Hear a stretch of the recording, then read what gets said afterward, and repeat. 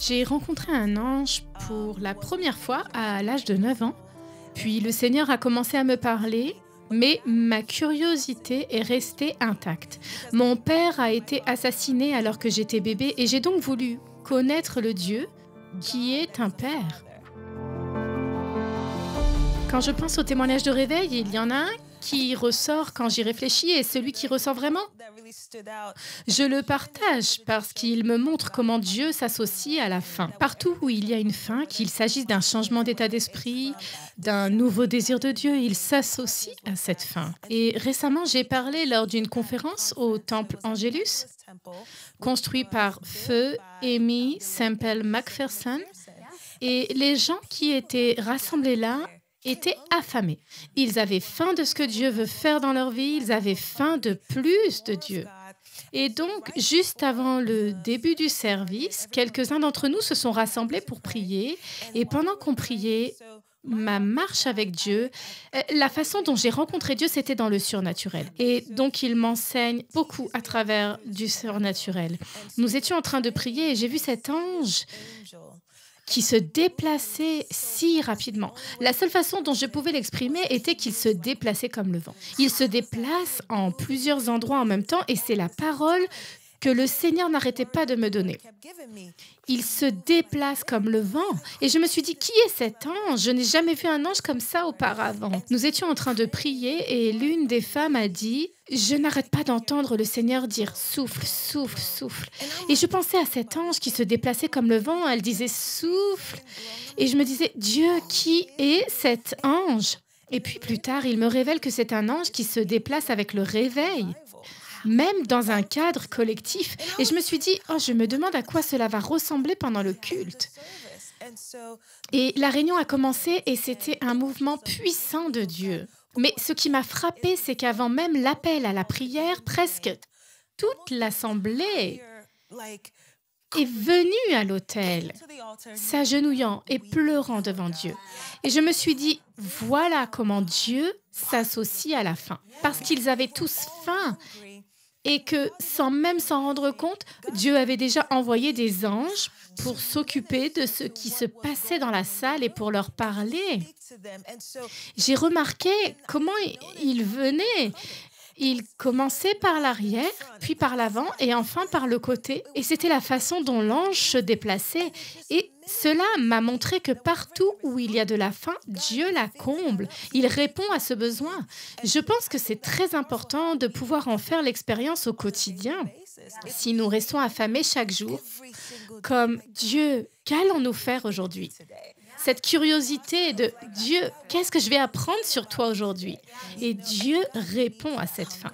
Je suis parent d'adolescents et de jeunes adultes, et en pensant à l'éducation des enfants, je me dis, si mon enfant dit « Maman, aujourd'hui, je vais être avec toi toute la journée, quoi que tu veuilles faire, je veux le faire, faisons-le », je me dirais « Laisse tomber tout ce que tu es en train de faire, je vais passer toute la journée avec toi, je serai là où tu es ». C'est la même chose quand le père voit la fin de ses enfants dire « Et je veux plus de ta présence et je veux être avec toi. Bien sûr, il viendra. Bien sûr, il viendra. » Et ce que je crois vraiment, c'est que ce genre de rencontres spirituelles sont des éléments constitutifs de notre foi. Et c'est ainsi que notre foi s'approfondit. Nous avons ces rencontres spirituelles avec lui et nous voyons ce qui est possible. Nous le voyons chez d'autres personnes et nous voyons la fidélité de Dieu et il devient plus digne de confiance pour nous et tout devient plus profond. Et plus nous allons en profondeur, plus nous voulons aller en profondeur. Et plus nous expérimentons, plus nous voulons. Et c'est parce qu'il n'y a pas de paix, il n'y a pas d'amour comme être en présence de Dieu. Ce genre de paix, ce genre d'amour. Et c'est pour cela que nous prions pour nos enfants. Et c'est pour cela que nous prions pour les gens de notre communauté, de nos églises. C'est pour qu'ils puissent goûter et voir que le Seigneur est bon. Et on peut regarder un beau gâteau et se dire « c'est magnifique, je me demande quel goût ça a ». Mais ce n'est que lorsqu'on prend un morceau et qu'on le mange soi-même qu'on se dit « c'est délicieux ». Et c'est ce que nous voulons pour les gens, qu'ils goûtent et voient que le Seigneur est bon. Je pense que pour votre point, Stéphanie, vous avez dit « Dieu, qu'est-ce que tu veux qu'on fasse aujourd'hui ?»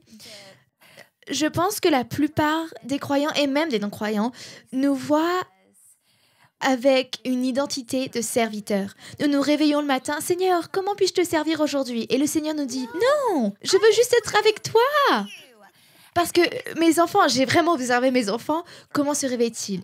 Ma petite fille se réveille tous les jours pendant l'été, elle dit « Maman, qu'est-ce qu'on fait aujourd'hui ?» Les enfants ne se réveillent pas. Nous nous réveillons dans un royaume où nous nous disons « Dieu, que va-t-on faire aujourd'hui ?» Mais tout revient à la façon dont vous voyez Dieu le Père. Si vous vous voyez comme un serviteur de cette personne et non comme la fille de cette personne, ce Père extraordinaire, je veux dire, vous allez vous réveiller chaque jour, comment puis-je te servir aujourd'hui? Et je pense qu'en tant qu'Église et en tant que nation, nous avons fait en sorte qu'il s'agisse de servir et non d'être. Et quand on veut juste être avec quelqu'un, on se dit, je peux marcher main dans la main. Au mieux encore, Christ en moi et l'espérance de la gloire, ce qui veut dire que tu vis en moi. C'est encore plus radical. Je pense qu'augmenter ou même pratiquer la présence de Dieu dans votre vie, c'est reconnaître qu'il est là. Parce que la présence de Dieu, c'est sentir tout. La différence, c'est la reconnaissance. Et lorsque vous traversez une circonstance, nous reconnaissons souvent la peur plus que nous ne reconnaissons le Seigneur qui l'a vaincu. Et je pense qu'il s'agit d'être attentif et de se dire « Attendez, Dieu est là ». Et donc en pratique, avant de vous lancer dans un récit qui ne vient pas de lui, prenez le temps de vous engager avec lui, de lui parler de la situation. Quoi qu'il se passe dans votre vie, que ce soit dans les bons moments, dans les moments joyeux, dans les moments intermédiaires, parlez-lui, amenez-le dans tous vos jours. Que vous soyez très enthousiaste ou que quelque chose vous ait mis mal, au lieu de vous engager dans ces récits qui sont loin de sa vérité, parlez à celui dont vous êtes déjà en présence. Et je pense que plus nous reconnaissons la présence de Dieu, plus elle devient notre norme. Ce n'est même pas une chose que l'on doit rechercher ou que l'on doit faire pour être en présence. On se dit, attends, laisse-moi parler à Dieu à ce sujet. Et on peut le faire en se promenant, en faisant du jogging, n'importe quoi d'autre. Mais je pense que plus nous reconnaissons qu'il est avec nous, plus nous sommes attentifs à l'engager. En ce qui concerne les signes et les prodiges, pourquoi Dieu agit-il par des signes et des prodiges? Je veux dire, pourquoi pensez-vous que vous avez pu voir cet ange à cette réunion? Dans Marc 16, 20, il est dit « Ils allèrent prêcher partout, ce que vous étiez sur le point de faire, et le Seigneur travaillait avec eux. Il confirmait la parole par les signes qui s'ensuivaient. » C'est parce que c'est réel. C'est réel. C'est tout simplement le surnaturel, oui. Oui, pour moi, le surnaturel est plus réel que le naturel parce que la façon dont Dieu nous appelle est de révéler un aspect de lui d'une manière nouvelle, n'est-ce pas? Certains d'entre nous révèlent l'excellence de Dieu, ses enseignements, sa sagesse. Et ce que j'ai reconnu dès mon plus jeune âge, c'est que Dieu m'enseignait des choses pour me révéler à quel point ce monde est spirituel. Il ne s'agit pas de deux choses distinctes, mais de deux choses qui fonctionnent main dans la main. Et donc, la seule différence est qu'il y a des choses que nous ne voyons pas se produire, mais qui se produisent. Parce que même quand Dieu me montre des choses, c'est ce qu'il me permet de voir. Ce n'est pas tout ce qui se passe dans la pièce. Comment aideriez-vous à former quelqu'un qui regarde aujourd'hui et qui se dit « Je ne fais pas ça, je ne vois pas ça ». C'est parce que c'est une vraie question. Je veux dire, parce que j'ai grandi d'une manière très similaire à la vôtre. Je veux dire, nous avons eu une réunion dans toute l'histoire de mon église où le service s'est arrêté. C'était comme si la musique s'était arrêtée comme ça. La musique s'est arrêtée et on s'est dit « Bon, on va chanter pour le Seigneur aujourd'hui ». Je me souviens m'être dit « Qu'est-ce qui se passe? Ça n'arrive jamais qu'on ne suive pas le script. » Vous voyez ce que je veux dire? Le texte le dit. Mais le texte dit et je me suis dit « Oh mon Dieu! Une seule fois en 20 ans, je m'en souviens comme si c'était hier. Je m'en souviens encore d'avoir vu le leader de louange dire « Nous allons chanter pour le Seigneur. » Et nous étions tous là. Vraiment? Comment pouvons-nous faire cela? Je ne sais pas. Mais j'en reviens au fait que vous... Comment avez-vous fait pour vous entraîner à voir le monde des esprits? Parce que j'ai l'impression que les gens nous regardent et se disent « Apprenez-moi Stéphanie, aidez-moi !» Pour moi, cela a commencé à 9 ans et c'est ainsi que j'ai rencontré Dieu. Et j'étais curieuse de le connaître parce que j'ai grandi au Nigeria et que le Nigeria, l'Afrique, est un pays extrêmement spirituel. À l'époque, on avait l'impression que les gens craignaient le diable plus qu'ils ne craignaient Dieu. Ce que je veux dire par là, c'est que les gens sont conscients de la façon dont l'ennemi peut s'attaquer à leur vie.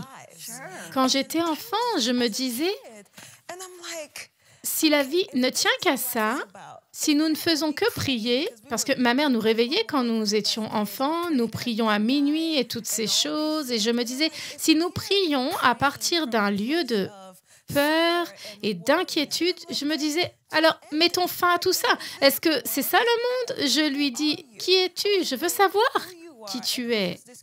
C'était juste une curiosité d'enfant. C'est ainsi que j'ai rencontré un ange pour la première fois à l'âge de 9 ans. Puis le Seigneur a commencé à me parler, mais cette curiosité est toujours restée. Parce que je n'ai pas grandi avec... Mon père a été assassiné quand j'étais bébé et donc j'ai voulu connaître Dieu en tant que père. Et je lisais donc la Bible de manière très littérale, à tel point que lorsque je lisais l'Ancien Testament et que l'on parlait de sacrifice, je disais « Ne tuez pas, non, pas le poulet, nous devons l'offrir à Dieu ». Et ma mère m'a dit « Non, bébé, va dans le Nouveau Testament ». Et j'ai dit « Il dit qu'on doit tuer le poulet, c'est terrible ». Mais j'ai lu la Bible et je me suis dit « Il est un père, je veux connaître le Père ». Et c'était donc une rencontre avec Dieu, le Père. Et il m'enseignait des choses en tant qu'enfant et je pensais que c'était tout à fait normal. Non, Je pensais que toutes mes rencontres étaient très normales. J'aurais voulu grandir comme Et donc, vous. plus j'avançais en âge et plus je me rendais compte qu'en fait, ce n'est pas ce que les gens disent être normal, mais cet état de faim. Parce que quand on parle de curiosité, quand j'étais enfant, jusqu'à aujourd'hui, je pose beaucoup de questions. Et je me souviens avoir demandé pourquoi Satan ne peut-il pas être sauvé. Et le Seigneur me l'a expliqué, mais j'ai posé tellement de questions. Et donc, pour moi, c'est comme si mon esprit ne pouvait pas comprendre l'identité de Dieu. Alors, qui es-tu? Parce que quand je me dis, d'accord, tout ce qui a été créé vient d'un créateur. Mais toi, tu es non créé. C'est la seule chose qui m'époustouflait. Et je me disais, qui es-tu? Et je suis excitée, je me dis, oh mon Dieu, je veux savoir comment fonctionne le paradis. Que se passe-t-il là-haut? Comment fonctionne cette terre? Quel est le but de cette vie? Et donc, il répondra toujours à cette faim. Et donc, ce que je dirais à tout le monde, parce que c'est réel, ce n'est rien que Dieu veuille cacher ou tenir à l'écart, mais cela commence par le désir de ne pas en avoir peur. Beaucoup de gens ont peur du surnaturel et ce n'est pas le cas, c'est en fait censé être très normal. Et cela commence par un désir authentique et pur de connaître Dieu et ses voies, ainsi que la façon dont il agit et fonctionne. Je pense que nous avons besoin d'abandonner cette idée que nous sommes des experts. Je ne sais pas pourquoi nous nous sentons obligés d'être des experts spirituels alors que nous sommes des êtres finis et qu'il est le créateur de l'univers. La position la plus appropriée que nous puissions adopter est celle d'apprenant, d'enfant devant un Père céleste qui sait tout. Il est donc tout à fait approprié de poser des questions. Pourquoi est-ce ainsi? Que voulais-tu dire quand tu as dit cela? Je pense qu'il y a tant de clés cachées dans nos questions. Et si vous y réfléchissez bien, tout au long de l'Écriture, Dieu s'adresse à nous en posant des questions. Jésus, je veux dire, il pose des questions partout. Et nous sommes donc en phase avec sa façon de communiquer. Je pense que nous devons laisser tomber notre orgueil de croire que nous savons tout ou que nous sommes stupides si nous ne le savons pas déjà. Nous ne le savons pas déjà, nous avons besoin d'apprendre de lui. Et c'est notre honneur d'être dans une position d'apprenant. J'espère que vous avez aimé cette vidéo. Abonnez-vous pour ne pas rater nos programmes. Merci de faire partie de notre famille TBN. Que Dieu vous bénisse. Shalom de Jérusalem.